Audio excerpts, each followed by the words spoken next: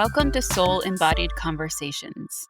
We are Tajah and Rachael Collins, soul sisters at heart, somatic psychotherapists and teachers by trade. I, Tajah, am a cisgender woman, a Black queer mama to 2 biracial children. I am a poet, musician, dancer, drummer, witch, and equity consultant. I, Rachael, am a cisgendered female. I'm white, I am queer, and I am autistic.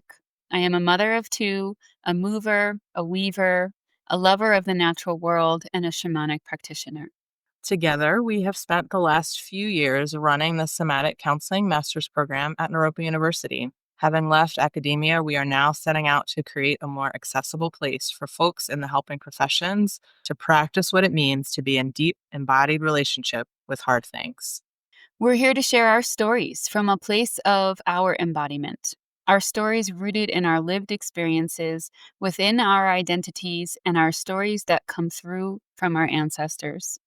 We don't have life figured out by any means, but we are committed to leaning into the uncomfortable parts of being humans in relationship. We hope to inspire others to lean into this messy process of being human in this deeply complex moment to be alive. We invite you to practice with us. As you listen, notice the moments that might resonate with you and the moments where you feel differently than we do. How can we practice together what it means to pause and breathe through moments that might make us uncomfortable? To notice what is happening internally without needing to judge, fix, or change. Take a deep breath with us and practice coming back to the present moment again and again. In our world that is deeply fractured, how can we learn together to stay with the discomfort that comes up and keep moving towards connection, even when we are on different rhythms, literally and metaphorically?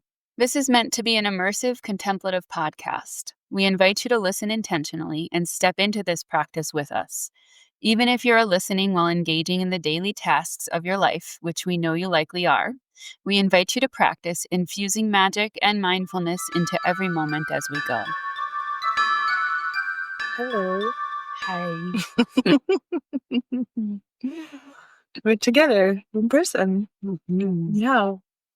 On the land. We're on the land. On the land where we hold our groups. This is the space. It feels really sweet to be in the same place together on the land. The altar. Yeah. So today, what we are wanting to talk about is connection to land and the deep complexity that comes along with connecting to land at this particular moment in time. Yeah.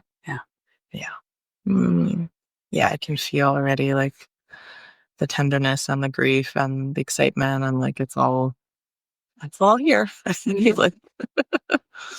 Yeah. So we thought that we would start off by inviting you all to hear about the way in which we invite folks to arrive on the land here. Here meaning in Colorado. So we thought we would start off our podcast this week by sharing with you all a little bit about the way that we invite folks to arrive on the land where we hold our in-person groups in the mountains in Colorado. And, the complexity that we hold, but really sharing the practice of what it's been like to just enter into connection with land. Yeah. And that we do this practice. We invite folks when they come to our groups to do this. We also do this every time we are together. We do this before we record the podcast. We did it today. Just like this is our arrival process, like how we presence ourselves when we are together and leaning into our work. So we invite listeners to notice if some of these pieces that we offer might be applicable to something you want to try out. Because really there's nowhere where you aren't on land. Right. Even if you aren't in the mountains of Colorado as we are right now, we all place our feet on land in every moment. Yeah. Which feels like a first, like an important first. I don't know. I don't want to say like a step to this process as if it's like step 1, step 2, but there is an assumption that Rachel and I are working off of, that the earth is alive.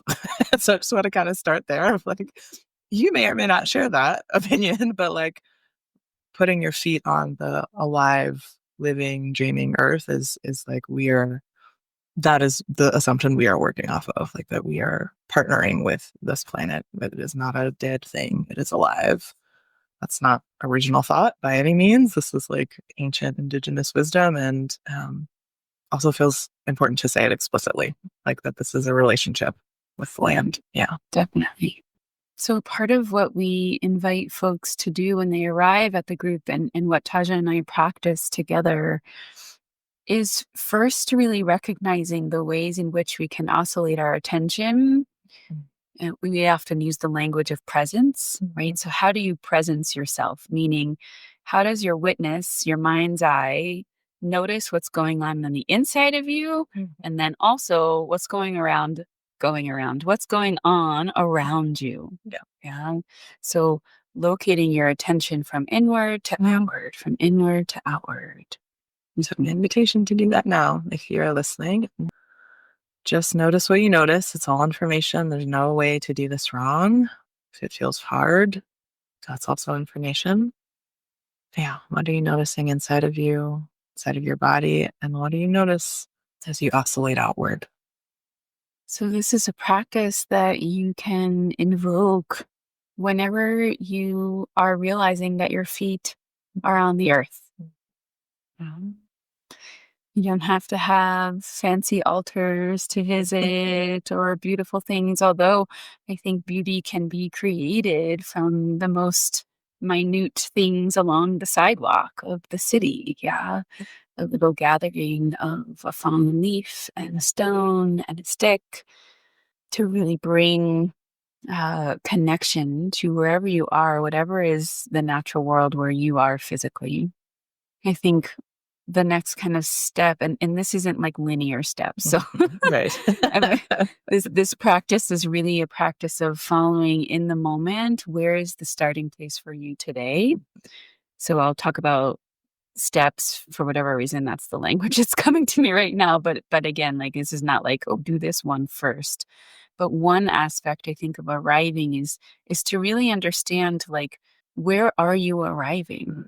Right? What is the land that you stand on? Meaning, what is the terrain? Right? Are you on a mountain? Are you in a valley? Are you in a desert? Are you in a city? Are you on concrete, dirt, sand, grass? What is literally underneath your feet? And just noticing what is underneath your feet. What are the elements? What are the aspects? What are the feelings of the place that you're in? And then also, what is the history of the peoples of the land that you're on? Yeah. So in the mountains where we are, these are the native lands of the Cheyenne and the Arapaho and the Ute. I maybe just mispronounced. I never know if that it's name. Ute or Ute. Uh-huh. UTE. Yeah. Mhm. Thank you. These are the native folks of the lands that we're on. So important to just recognize, oh, I am here and I maybe was even born here, or maybe I wasn't born here and I come from different lands. But who are the people that were here before? Yeah. My people arrived here. Yeah. Yeah. What is touching into what is the history and memory of where you are? And that may bring up grief. Like, a big part of what we're talking about, connection to land, almost certainly will bring up grief for a variety of reasons, which we'll get into more. But that gets to be part of this process. Like there is very likely, if you're in the United States and really anywhere in the world where colonization has touched, there is a history and a memory of violence and suffering and oppression enacted from humans on humans and from humans on the earth and from humans to non-human species. And I think part of what is so hard about tapping into this like presencing in relationship to land is then you have to feel the grief. Like I don't know that you can actually do this and not feel some element of grief. I could be wrong on that, but certainly in my experience. And part of, this moment in time where we are in 2025, there feels to be like a really big turning toward and a realizing of like these systems this isn't working. Like what we are doing, this like modern world is not working. People are incredibly anxious and depressed and isolated and disconnected, and coming back to connection, whether we talk about land or other people or ancestry or the more than human world, necessarily the through line or the path through to that is grief, because we have to grieve what we have lost or what has been taken or what has been severed from us. And so it's here. It's in the room. Grief is here with us. And yeah, just acknowledging that and letting that be true. Like, I don't think you can really fully feel your body or connection to land or ancestry or history without feeling some level of grief. So we invite you to just notice what's arising for you right now, even as we just begin the conversation. Yeah. Your relationship to land, your relationship to acknowledging the land that you're on and who was here before. Yeah. So again, this is not the only way to practice, but I'll share what I've sort of cultivated over the years here on the land that we're on right now, which is a in-depth relationship with the spirits of the land. Yeah. And you don't have to have a robust journey practice to connect with the spirits of the land, in my opinion. I think like the spirits of the land are quite literally like the grandmother trees that you see, or the wind blowing through, or the grass, the rocks, the sense of fire that you can feel or create or bring into the space. So for me, on this particular slice of land, I have different spots where I build reciprocity with the spirits of the land. So, for example, there's a great big ancient blue spruce tree where I visit her and she speaks to me. Yeah, she's the grandmother of these lands. She's the protector of these lands, and she's a huge part of what it feels like to just arrive in this particular location. It's like you walk in and it's quite hard to not just be drawn to like look at the magnificent, huge being that's like towering above. Yeah. So again, even if you don't have these grandmother trees where you are, like what draws your attention, right? Where does your attention go to the natural elements around you? And how do you begin to actually build relationship? You don't have to speak to the tree if that's not your jam. If it is, great. But can you just go and make contact? Like place your hand on the tree and say hi. Or not say hi if that's not your thing. Yeah. I obviously love to say hi to the trees. The trees and I are best buds. Yeah. So the grandmother tree here. And then I also have created an altar to just have a space where people who come and visit this land can honor their ancestors. Honor the elementals, right? The element of the air, of the sacred space, of the earth, of the fire, of the water. So again, it doesn't have to be this like grandiose thing. It can be just a very simple marking where I am bridging my physicality, meaning like my body, my hands, my intention to something, right? To whatever that is for you. Maybe that's God. Maybe that's the goddess. Maybe that's just simply like the rock that looks amazingly beautiful to you, right? Or maybe it's connection to your ancestors if you have that connection. The point here is with this idea of presence, how do we bring our presence into connection, right? And into repetition of connection again and again and again, wandering and just simply saying, hi, here I am. You might also like say, hey, I'm Rachael. Right. Like introduce yourself as you would when you went into someone's house, for example, like you would introduce yourself, I hope. Like this feels in a lot of ways like pushing back against one colonization, but also like individualism too. This idea of like, I'm just me in my own little bubble. And as opposed to like, I am a part of a wider web of, again, aliveness, this like we are working off of the assumption that this is an animistic, alive, spirit-filled world that we live in, thankfully. Like, what a gift to be a part of that and to feel a part of that. But so, okay, if that's the assumption, go say hello, like introduce yourself. What is your intention if you're at a new space for the first time? Like, what would you say is if you were interacting with any other, being? This is just a non-human being.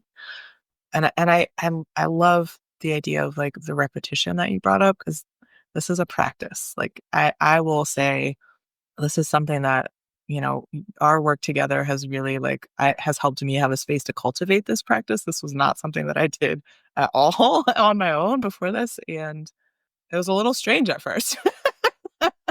Like what I love is whenever we welcome people into the land here, you and us together, but you, especially because you've been tending this space for so many years, will take folks around and introduce them to the spirits of this land as you know them, and introduce them to the altars, and like then they get to start to build reciprocity. And I'm like, oh, at this point, right, like I have my own relationship with Big Mama. And when I come up here, like when I came here today, I was like, I know we have like stuff we got to do, but I need to go say hello first. Like I have to go check in. And it really helped move things for me and helped me to land in my body and in presence in this moment, and with the non-human beings around us. So I just want to say, like, if it feels a little weird or awkward, like, yeah, totally, because we don't have a blueprint for this. Like most of us, maybe in your culture or where you grew up, you were lucky enough to have that. But I think most of us in dominant culture in the US, that is not at all a part of how we were raised, of creating the more than human world when we enter a space. And I will say for me, I was sharing this with you before we started recording, like it has been really life-changing for me. Whenever I go into one, like my relationship with the land that I am fortunate enough to get to steward and live on. And also whenever I go to a new place, to actually like pause and say hello and like look around and like, oh, I'm not alone here. Like there are other spirits, there's history, there's memory here. Oh, the wind is like really kicking. Like yesterday it was so windy. And I was like, oh, okay, hello. What are you trying to tell me? I'm listening. Which feels like a really simple in some ways, but also so profound, just like has really, for me, has changed the way that I move through the world and relate to the world. And it has been such a gift, I think, in my spiritual practice. Yeah. So I think when we bring presence to place, the place then supports. Uh-huh. Yeah. Like whether or not you really believe in an animistic sense of spirit, right? Like this is ritual. This Yeah. is prayer. This is moving into a sense of interconnectedness, or at least devotion, right? Like depending on how you orient, like are we one? Are we like dualistic, right? If it's dualistic, great. Then it's perhaps a little bit more of a prayer to something greater than you.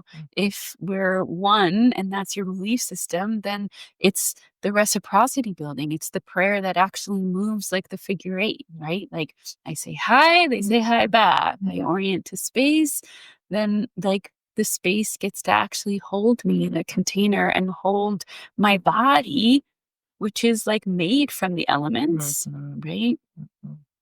To move through whatever gunk of the day. Yeah.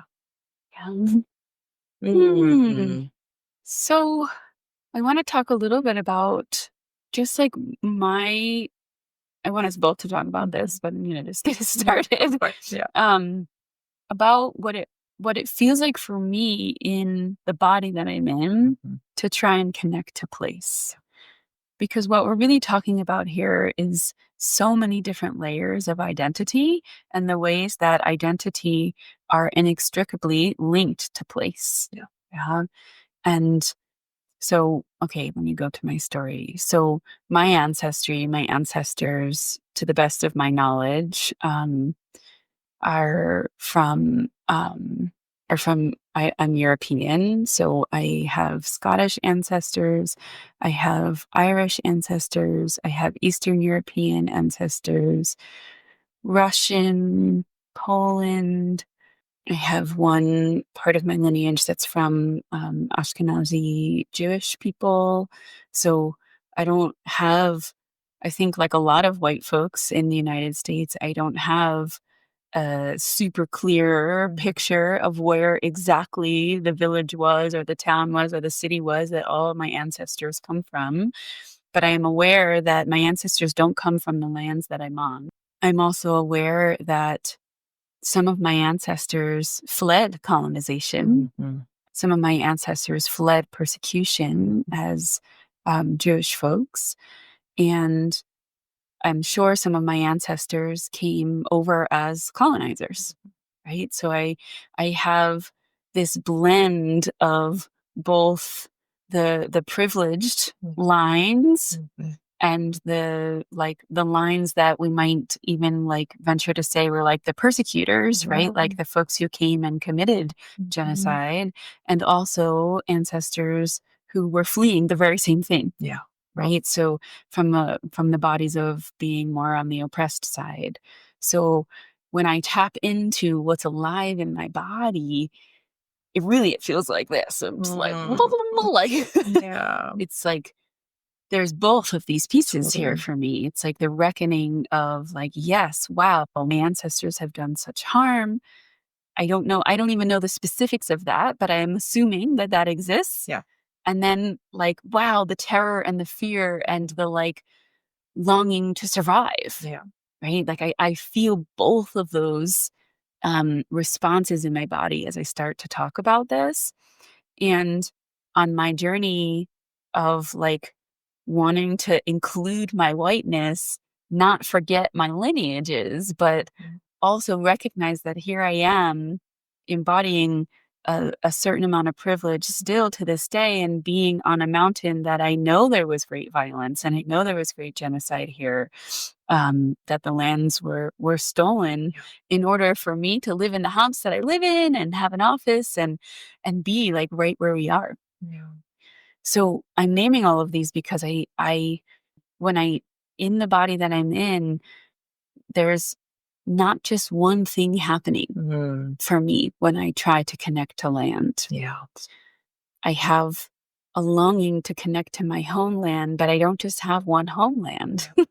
I have many homelands because of the ways that my lineages have intertwined, many of which that I've never actually placed my feet on, but I've seen in journey space. And I have a felt sense of the qualities of the lands that I've lived in other lives, or in where my ancestors have lived.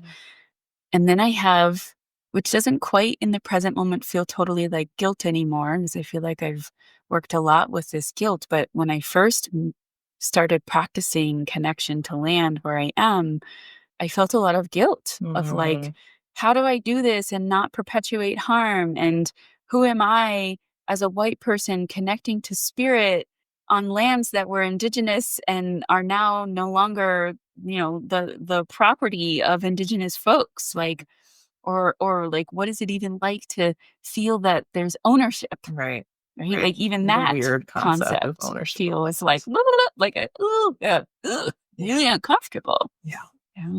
Because I can just feel in my body the way in which my energy starts to rise as I start to touch all of these complex, nuanced pieces of what exists just in my soma, right? In the physicality of my body. Yeah. And not my heart not wanting to continue to do harm. But at the same time, in my heart, I know that if I don't connect to land and to spirit and to this particular place and all the layers that are underneath that, I think that actually is perpetuating harm. So when I first moved up here, I felt this bind of should I do this? Should I not? How do I not perpetuate harm? But my intuition is I'm not going to just live here and not acknowledge the deep, nuanced, ugly, complex history of what it means to connect to land. Yeah. So this duality, and I want to invite folks to, especially if you live in a more privileged body, in a white body, to just think for a moment around what it means to be intentional, to not want to do harm, to feel like you should back away from something, but also we got to do something different here, right? I don't want to just live on this slice of land and say, this is my property. Right. Yeah, like this entitled sense of like, no, like this is the land that is actually welcomed. Mm, So can you feel for a moment just the multiple things? Can you locate somewhere within your body where multiple truths are happening at the same time? mhm. Woof. Yeah. Yeah. Thanks for sharing all that. I feel moved to hear you share about it. Yeah. I'm like, wow, how different would our world be if more white folks were like feeling into that? And I am sure it's not comfortable, like, or not easy, but how profound, yeah. And then I heard you say like that there was guilt that you have sort of moved through. I wonder if there's more you want to name about Mm. that process, or like how you have or are moving or working with that. Because the bind, like that word you named, was like what a bind it is to be in a white body on this land and be trying to do something different. Like white supremacy, there's so much incentive to not look at all of that because it's so painful and so ugly. So for white folks to like turn toward that history again feels so profound to me. And I'm also like, okay, so yeah, I'm not in a white body. How do you do? Right? Like how do you? I mean, I know Yeah. in my own ways how I move toward discomfort and pain, but yeah, I'm curious if there's more you want to say about that. Yeah. Thanks for the nudge. The first thing that comes up is like, well, it sure isn't a finished process for me, Of course. right? Like it feels less and less these days, but it's not tied up in a neat little bow for me. So, oh God, okay, how? Um, so when I think I want to tell a little bit of the story and then move in the discomfort. So when I first arrived here and started practicing my spiritual practice and met a native elder ancestor of these lands, and he showed up like really strongly when I first arrived, and I was intimidated. This is in the spirit realm. Mhm. I was very intimidated. I was like, "Oh, what was me, little white person? Like, I don't want to hurt you," and like, um, I don't know what to do, and I'm uncomfortable, and I'm just like, all the discomfort. So I think first step for me was just recognize how much the discomfort really takes me out of my center and out of my ground and how much I want to run away from it. Mm, Like the flee response or yes. like the let's just like not pay attention to that. The ignore, push it to the side. Nah, that's not real. Boop. Like Yeah. onward. Let me go back to my cushy little space Yeah. of peace in my body. So that was lesson number 1 is like just stop and like just simply acknowledge it and name it for what it is, which was like, I want to spiritually connect here. I want to support folks in spiritual healing here. And like, I think I have a lot of work to do before I can invite folks up here to do that type of work. I need to actually form relationship, Mm, right? So acknowledgement of the discomfort mm, and grief, right? mhm. And letting myself grieve and not, in a white body, it's both, right? It's also like I hold the body of the marginalized body who's fled and also the privileged body who's harmed, right? So it's like it's both holding the grief that my ancestors had to flee the lands that feel like home. It's grief of what my other ancestors have done, Yeah. whether or not I know or not exactly the specifics, but letting that grief and the discomfort and the pain and the despair actually be in my body to make space for that.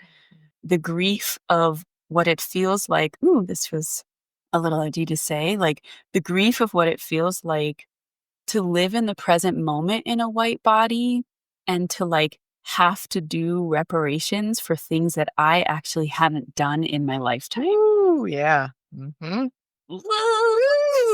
Yeah. Yeah, Yeah. because a part of me, like, in the beginning of this journey for me was like, I felt resentful. I was like, "I haven't fucking killed anybody. Like, I haven't done any of that. Like, of course, I've done the ways in which racism lives in white Yeah. bodies today. Like, Yeah. I'm not immune to that, but I have not committed genocide personally. Right. So and also some of my people have fled, and some, like, it's just so, it's not just one thing. And yet here I am in the present moment in a white body, and I have to hold the reality of what it means to just look the way that I do and hold the privilege that I do. And that is a part of it. Yeah. And so I had to let myself rage and grieve about that. Like I had to just be in the ick of that, of like, oh yeah, I feel resentful about this. What do you mean I should feel bad about this? What do you mean I need to put all this extra work in? And then the grossness of that too. Yeah. Yeah. Yeah. Okay. Woo! Yes. So I think, like, the question of how do you start to be in the discomfort of it, it's like, well, I got to recognize that there is actually a deep web of lots of different types of discomfort and grief happening for me all at the same time, because I'm not just one thing in this body right now in this present moment. So when I met this ancestor, the first thing he said to me was, sit down and learn. Like, don't do anything. I'm like, what can I bring you as an offering, right? Like, as though that's reparations. And I'm not saying that, like, that's not, like, yes, that is. Yeah. And also he was like, no, he was very fierce with me. Like, just fucking sit down. Sit your ass down. Dear white girl, sit down. Like, literally. So for months, that's what I did. And I didn't get it, like, perfect. And I had to check in and I had to be reminded and, like, all the things. But, like, I sat down and I tried to learn from him. Because I, came up here and was like, I want to engage with the spirits and I want to provide all of these things. And he's like, well, yeah. And are you going to learn about who's here? And are you going to learn about the way that we have practiced here? The folks who are still here in the spirit realm, and the folks who are still alive in bodies here on this land, even though they're not here in proximity to where you are physically right now. Yeah. Sit down and learn. Yeah. Mm-hmm. Which I will say was really hard for me at first because, the whiteness teaches me learn from the intellect. Yeah. Right. And this was a practice of like, well, what am I learning? I have to just sit in silence and listen. Like, what the fuck is that? Where are the, observable growth points that I can, like, know from my intellect? Or so I had to get out of my mind. I had to get out of my mind and into the body. And when I got into the body, I was like, oh shit, there's lots of discomfort here. So titration and movement and breath and rhythm and a lot of, like, gentleness and grace of, like, let me not just contribute to perpetuate the layers of shame. Yeah. Like, oh, you did that wrong, or you're not a good enough white person, or like, like all the different ways that shame can arise with just a different face. Right? It's just, I had to catch that to stay with the discomfort and to let it actually sequence through and to learn, how do I notice when that's arising? And the guilt, right? That was your original question. Ooh. So discomfort, guilt. I don't know. I think the guilt started to transmute when I started to grieve. That makes sense to me. Like when I grieve, guilt is not really a thing. It's just sorrow. It's just despair. It's just really acknowledging and letting myself feel like what couldn't be and what can't be right now. Yeah. And that's just grief. Yeah. So when I grieve and I allow myself to be there, I don't feel guilty anymore. It's like, well, yeah, of course we need folks to connect to the land and connect to spirit and reconnect to our sense of interconnectedness. Like, of course, obviously you're hearing my bias right now, but I think, of course, that's what our society needs right now in this collective evolution. It's like, how do we start to realize that, like, what is in me is also in you, and we are drastically different, but what is in me is also in you. Yeah. So, yeah, I love the coming back to grief. Like, that feels like such an anchor point. Like, we started with that, and on my own relationship with land and in my lineage and ancestry, like, there's also grief, and it is Right. It's like we maybe come to this from different directions, but ultimately it's like there's grief and there's disconnection. And, when you and I first started drumming here on a regular basis and like connecting to our ancestors through rhythm on this land, and you first introduced me to the spirits of this land, I grief was the one of the biggest things that showed up because, I live an hour from here. Like it's not like that close even, it was like I was coming up here once a week, but I live in the city, like, and I could feel how my nervous system would change just going down. I still feel this when I'm just driving down the mountain of like, there's so much like it's so much quieter up here and it's just like a lot more concrete and like a lot less fewer trees and it's just like the feeling in my body is different. And so I remember the first couple months of coming up here and drumming, I would feel grief of like, but I have to leave. Like, and there was almost this thing that would happen for me where it was like, well, I don't even want to. This feels sort of like immature to say out loud, but it was like, well, I don't even want to turn toward it if I can't have it. It's like, well, because it's just more painful to then have to leave. Like that. That was, and it was there was anger. Oh, that's what it was. Yeah, there was grief, which often anger and grief, like are not. I don't mean to separate those things because in my experience, they often go together. But there was this anger too that was like, what the fuck? Everybody should have access to that. I'm like, why? Why have we destroyed this planet to the degree that most people do not have trees surrounding them? Like that is actually, I don't know the statistics on this, but certainly, it's like we have destroyed the natural world in so many ways. And nature is so brilliant and resilient and like she's still here. And going down the mountain and feeling all of the cars and the buildings and the light and the concrete, it is different. Like I think that was something I had to also grieve and acknowledge and come to terms with. Like, yes, part of this practice is how do I still feel the aliveness of the land even when I'm in the city? That is true. And also, it's different. Like, it is actually much easier for me to feel spirit and to hear my ancestors when I am surrounded by trees and when I can feel the dirt under my feet as opposed to concrete or asphalt. Like it is different. Like that was a thing that I had to acknowledge and had to grieve. And it's so interesting to me. I guess this is going into my story because I grew up not in Colorado, but I grew up in the city. I grew up in Philly. I was very much a city girl. And when I moved out here, more than 10 years ago at this point, and started making friends with white folks who do camping and outdoor things. Colorado's a very outdoorsy place. And I was like, what do you mean you want me to sleep outside? I mean, I still don't particularly love sleeping on the ground outside. If I can be comfortable, fine. But like, that was such a foreign concept to me of like, why would I choose to sleep outside? And I have come a long way around this. I still prefer a bed ultimately. But I'm like, oh, I get why people sleep outside. It's because you get to wake up in the woods. Like that's why it's worth arguably worth the discomfort of being cold and sleeping on the ground to wake up and be in nature. Like I get that now.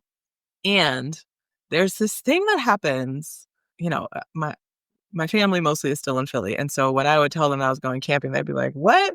That's white people shit. What do you mean? Or they'd be worried about me. Like, you're going to be murdered out there in the way, Like, and I remember one of the first times, like, our group went camping and I saw a pickup truck and I had this huge fear reaction in my body. It was like, am I safe out here? So I just like, I feel the complexity in my lineage as a descendant of enslaved Africans who were brought against their will to this country to work the land. Mm-hmm. The complexity of reestablishing relationship with nature. Mm-hmm. And I love, like, I have seen this. There is like a growing movement in Colorado. That's, I wish I don't have the names of the organizations at the tip of my tongue, but like Black people being in nature and like skiing and hiking. And like, this is something that we do too. And that's not white people shit, like that. I love that. But I also feel the hurdle of, again, being brought here to work the land and the complexity of what does it mean to reestablish by choice relationship with this land. And it feels really complex. Like it feels really, really complex. And yet, for me and my spiritual practice, which very much is originating in Ifa, which is a originally West African spiritual practice that has, with the transatlantic slave trade, has gone all over the world. But that practice is also very much like all of the Orishas. You find them in nature. It's like Oshun, go to the river. Obatala, go to the mountain. It's like they are Ochosi, go to the forest. There's like, we had that too. Like, if you go back far enough, it's like, yes, we had that too. Relationship to land and to nature and to being outside. Like, that's not actually foreign, but I feel, at least, again, as a descendant of enslaved Africans, like, I feel the way that that was severed, and the complexity of like, well, why would I want to sleep outside when, like, I've come so far in this modern world and now I have a house and a bed that I can sleep in. Why would I choose to go sleep outside? Yeah. So I feel the grief and the tenderness and like the crunch of what it is to be in the body that I am in, trying to reconnect with land. And how profound it is, and the grief. Like, of course, there's that is what's here. Mm-hmm. Yeah. Mm. Yeah. Yeah. I wonder if you could speak a little bit to like how I know you said like, when we first started drumming together up here, the grief was like, profound and Mhm. like sort of this like ick of going back down Yeah. the mountain and then anger of like, well, I don't want that. Has that shifted for you at all? Or like, how are you connecting in the city? Mhm. Yeah. Yeah, it has shifted. Yes, it has shifted. And I think there's sort of like multiple things. One, I do still get to come up here every week, which is really lovely. Like, I have access to, like, I can go to the mountains and it's only an hour drive away. And at the same time, cultivating relationship with the land where I am, which is in the city. And, and there's an element of privilege too for me, of like even just being able to be a homeowner, and we have like a huge backyard, and my wonderful partner has put so much time and sweat and energy into like creating a little like oasis in our backyard. There's like grass and many, many trees. He's always like, I want to put another tree here. And, he just like, I adore him for that.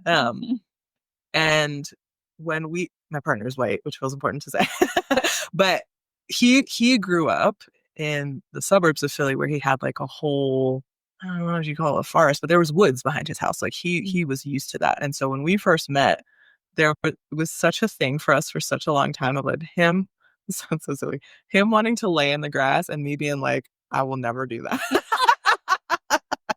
It's itchy, it's uncomfortable, it's gonna get in my clothes, like my hair, just absolutely, it was like an absolute no. And maybe this was like maybe 2 years ago, 2 summers ago, I went out and in our backyard, and I was with, I don't know if it was the animals or the kids or maybe both, and I took a nap in the grass, and I still had a blanket down. I'm still not like, it's rare for me to go grass with nothing under me, but I took a nap in the grass, and he like came out and he was like, oh my God. He's like, I have been waiting for this for 10 years. It was like a huge moment. I was like, oh yeah, I've come a long way, that I could be like comfortable enough outside that I could fall asleep. That felt like a huge deal. So I do think time and patience, and also, where we started, of like the arrival process of sitting outside in my backyard. And at first, again, it didn't start with sleeping in the grass. It started with, I'm sitting on my deck and I'm just going to look around and see what I notice and feel the wind and notice the color of the trees and the texture. And like that, little by little, it's building a relationship, like essentially, just like you would with any other relationship. It like took time for there to be more comfort there for me. And Mhm. that, like, for me, like you were talking about earlier, this like tactile, like what happens in my body literally comes into contact. So it's like, what happens when I touch the trees and say hello? Because I do also say hello, touch the leaves and like feel, like it was a very like tactile thing. The other thing for me, which this also feels a little silly, but is true, bugs are, I'm, this about me, I'm very afraid of bugs, but I have come a long way around that too. Like, there's a, for me to be able to sit outside and be like, the bugs are not actually trying to attack me. They're just literally doing their own thing. They might come near me, they might land on me, and like, but truly, like, I mean, I'm just gonna for a second. For our listeners, like this woman when I first met her, would scream as though there was a fucking lion about to attack her when an itty bitty spider was just walking next to her. Yes, because that is legit how it feels. Yeah. I know that's ridiculous, but it felt like I was being attacked. Yeah, That's how it felt. Like my whole system. I mean, you've seen it. You know, I believe I it. was like unbelievably out of proportion. But that's how it felt. So that was also like a big thing for me with getting comfortable in nature outside, is like the bugs come along with it. And I'm grateful Colorado is not the same as being on the East Coast. It's like way more chill as far as bugs. But like, what is it to see a spider and just like actually observe what the spider is doing? Is it trying to attack you? Or is it actually just crawling past you? Like I have to force, I'm so proud of myself, I've come a long way, but I still have to force myself to be like, stay still and just observe what's happening. And if it is trying to attack you, then fine, fair, you get to leave. But just watch. Same with like the bees and the wasps, and like just actually sitting and watching them and observing them. Mm-hmm. And trying to like reality test the story in my head and in my body that like they're trying to attack me and come after me. Yeah. Huge. Mm-hmm. Hard. Mm-hmm. Huge for me. Yeah.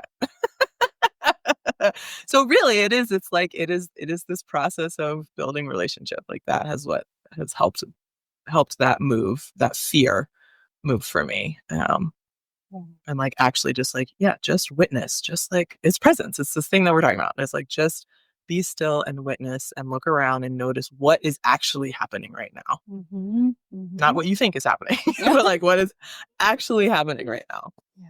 Yeah. I can't figure out another word for this. I'm not sure this is the right word or that this is even ever totally possible, but like, have you reconciled or found a way to kind of work with the ways in which like your people were taken from your lands and then brought to lands to work and now like rebuilding relationship? Like, I'm just curious what that is like for you in the present moment.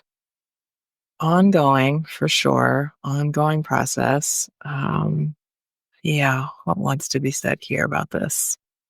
So, couple things. One, I think there's the grief of, similar to what you were saying, of like I don't know exactly where my people came from. I don't know exactly what the country or tribe or village. I don't know. What the language was, that my ancestors spoke. And so there's still like immense grief, which I have worked with over many years, but that's still there. Like this, it's not quite like cultural homelessness, but maybe that is what that is actually. Of like, I don't fully have relationship. Because I can't know. I don't really know where on the continent my ancestors came from. And what has helped me to heal that has been my relationship with rhythm and with dance. Like mm-hmm. I have done West African dance since I was a little kid, thanks mom and dad. And more recently, like learning the rhythms and the way that I'm like, oh, this lives inside of me. Like I can feel this in my bones, even if I don't, so similar to how you're saying of like, I can sense the climate, even if I don't, like, even I haven't been there. For me, that's the rhythm. Like, oh yeah, when I am drumming, I can feel, that's the connection for me. Mm-hmm. And so that has been immensely healing for me around that piece of the grief. As far as the like forced labor piece, that I was like just talking to my kid about this earlier today. Randomly, I ended up giving him this whole lecture, which I don't need to get into right now. But that's where the rage comes up, the anger of like, my ancestors built this fucking country. Mm-hmm. I'm like, why the fuck should I have to pay student loans? Like, why? Like that is fucking bullshit. Like, our teacher and mentor, Dr. Carla, she would say sometimes, she'd be like, that's my money in your pocket. Mm-hmm. Like that belongs to my ancestors. You became wealthy off of their forced labor. So that is still, which is for me, I'm like that. It feels separate. Like I don't feel any resentment toward the land for that. I wonder how that would feel. This is interesting. I don't know this. How that would feel if I was like to go down south, like that might be really different. That would probably be really different. Like Colorado, I don't think it was like a huge plantation, like I don't think that was huge here. I could be wrong. Correct me if I'm wrong. But so I do wonder what that would be like for me to go down south, which I haven't spent a ton of time in the southern states in this country. But at this moment here, I don't feel any resentment toward the land. I feel anger toward the systems in this country that like intentionally boxed Black people into poverty when so much of the wealth of this country came from our ancestors. Like that pisses me off still. Mm-hmm. Yeah, but again, here at least, I wonder how this would be different in different states. But here, I can separate that from my relationship with the land. Yeah. Yeah. Yeah. I mean, I just hear in your own, like, very different than the way that I was talking about this, but in your own way, holding all the different layers of complexity. Yes. Like, it's not just one thing. Right. Right. But so important, it sounds like, to acknowledge the historical, the present moment, the lineage, right? And weaving these all together. Yeah. Uh, Woo! Yeah. I'm like, oh man. Yeah. Complexity. So just inviting our listeners to like notice your body, orient to your surroundings for a minute, look around, find your breath. Yeah, like I think how we get to, I'll speak for myself as in a white body, like how I've learned to like grow to hold the discomfort of complexity is literally that practice, right? Is like, oh, I stopped breathing. Let me take a breath. Oh, damn, that was intense. Intense to just acknowledge. Yeah. And to feel the layers and so just notice what's alive in your body if you can. Notice what you're needing. Do you need a sip of water? Do you need to shake a little bit? Right? This idea of like, get intense, hold yourself. Get intense, orient again and again and again. And I think like that process gets to actually stretch us to have the capacity to hold this degree of complexity in our relationships to other humans, but also to land. Yeah. Totally. What this ancestor that I was talking about, the native ancestor of the lands that we're on right now, how my relationship with him has evolved over time, like beyond sitting and learning, which I still try to do, right? I still try to sit and learn, and I still really rely on him a lot for his partnership in the healing that I offer to humans that come up here. But one of the lessons that he taught me was how to acknowledge this interconnected web of like the visual that he showed me was like his body here in this physical mountain and the line to my body also here on this physical mountain and the line to his ancestors and the line to his people that are still alive and to the line to the lands, all of the lands where my people came from and the lines that originated like where I was born in New Jersey, right? And to start to think about time and space actually in a different way. Not to bypass, right, the historical, the pain, the suffering, the violence, the grief, the rage, all of it, but to include it. And to actually start to see like, okay, I'm pulling from like like for me, it's pulling my ancestral practices that I'm learning from my ancestors in the spiritual plane, from those lands to where I am physically, and then turning to the ancestors and the native of this land and saying, hey, what about this? Right? And then coming back to my own body and then going back to my ancestors and then traveling back to the lands where my ancestors came from and then back and again and again and again and again. And I feel like I'm hearing that a little bit in your story as well, in the way that you're describing what happens when you dance and you find rhythm, right? And feeling that comes through, right? So I think, as we move towards the end of our talk for today, we want to come back to this practice of arriving, right? And that arriving to the land that you're on physically, can you also start to feel the way that the lands of wherever your people have come from can actually start to come up through your body, right? Like, can you feel it in the body? Can you feel the rhythms of the lands, the rhythm of the wind that is literally physically around you, right? Like all these different ways that we connect to land, where we are in proximity, where we came from, where we've never been, where we long, where we are, where we might want to be more, right? And all of those layers actually together as you're just simply placing your hand on the tree and saying hello. Yeah, like the most deeply complex web and nuanced experience in the most simple act. Yeah. All of it together again and again and again. Yeah. Mm. Yes. Yeah. So maybe. So may it be. And we invite you all to like think about what might that practice be for you. Yeah. Start somewhere. Yeah. Doesn't have to be perfect. No. It's gonna be messy as fuck. Yeah. Yeah. I think I also just want to like express gratitude to you and for like the space in our relationship because, holding this grief in the body that I'm in and getting to be in a relationship with you in the body that you are in has also been profoundly healing. And I know that not everybody is lucky enough to have that, like to have this level of depth and trust in a relationship across race, across difference.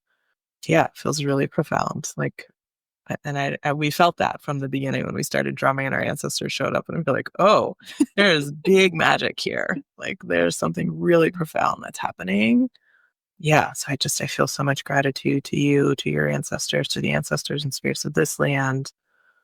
Like what a ride we have been on. Totally. Yeah. Ditto. It moves both ways. Yeah. For me. You've taught me much. All right, y'all. Right. Until next time. Until next time. Thanks, everybody. Bye. We hope you got something useful out of our conversation.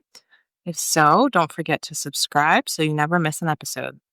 You can find out more about what we're up to on Instagram at soul_embodied_connections. If you have questions, reflections, or feedback for us, or if you have suggestions about topics that you'd like us to discuss on future episodes, you can email us at info@soulembodiedconnections.com. We'd love to hear from you. Thanks for listening.